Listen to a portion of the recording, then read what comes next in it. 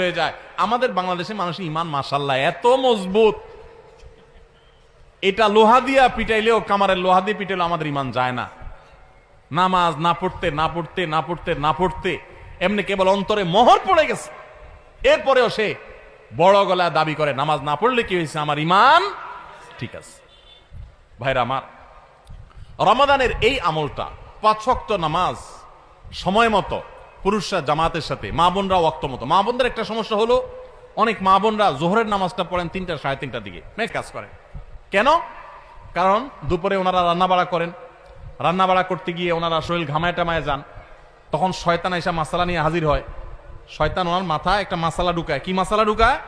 বলে, দেখো বোন, তুমি এত কষ্ট করে এতক্ষণ রান্না বাড়া করলা, রান্না করে গেছো, গরমে ঘামায়া স্বেচ্ছেতা হয়ে গেছো, এই শরীর নিয়ে তুমি আল্লাহর সামনে কেমনে দাঁড়াইবা বলো?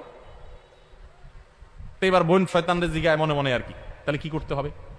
এবার শয়তান তার মনে মনে বলে দেয় যে, আরে নামাজ তুমি ঠান্ডা মাথায় ফ্রেশ মোডে পড়বা, হাতের কাজ শেষ করে নাও, রান্না বাড়া শেষ করে নাও, সবারে খাবার টাবার দিয়ে নাও, তুমি বাথরুমে যাও, সুন্দর করে গা ডলে গোসল করো, ফ্রেশ হয়ে আসো, এরপরে 3টা 3:30 আসরের নামাজ সুই সুই হয়ে যাবে, এবার তুমি ফ্রেশ মুডে একটু নামাজ পড়ো। কাজটা কি ভালো হইলো না খারাপ হইলো? দেখতে কিন্তু ভালো মনে হচ্ছে, তাই না? যে উনি ফ্রেশ মুডে নামাজ পড়বে।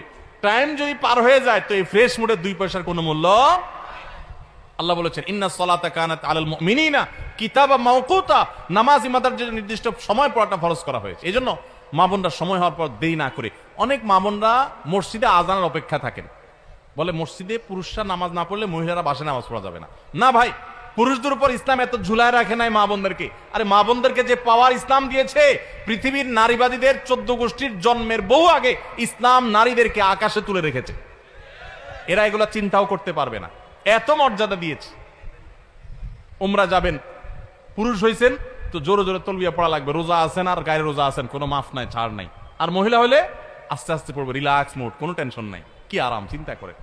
পুরুষ হইছেন 5 ওয়াক্ত মসজিদে দৌড়ায় যায়, জামাতের সাথে নামাজ পড়তে হবে, আর জামাতের সাথে নামাজ না পড়ে অবহেলা করে বাসায় নামাজ পড়ছেন তো খবর আছে, আযাব আছে, আপনি ওয়াজিব তরক করেছেন, গুনাহগার। আর মা বোন মসজিদে যাওয়ার ডিউটি নেই, বাসা পড়লেই পুরুষদের সমান সওয়াব পাবে।